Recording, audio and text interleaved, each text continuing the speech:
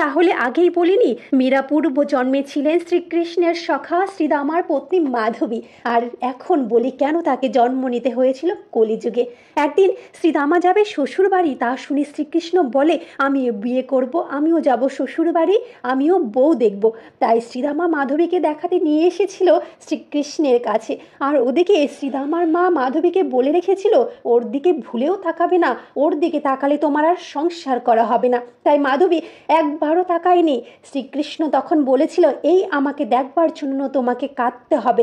তারপর সবার কাছে শ্রীকৃষ্ণের বর্ণনা শুনে শ্রীকৃষ্ণকে দেখবার জন্য কান্না করছিল। শ্রীকৃষ্ণ কারো কান্না সইতে পারে না, তাই কিছুক্ষণের জন্য ও সামনে গিয়েছিল। তাকে দেখে মূর্ছিত হয়ে পড়লেন, ব্যাকুল হয়ে পড়লেন আবার দেখবার জন্য।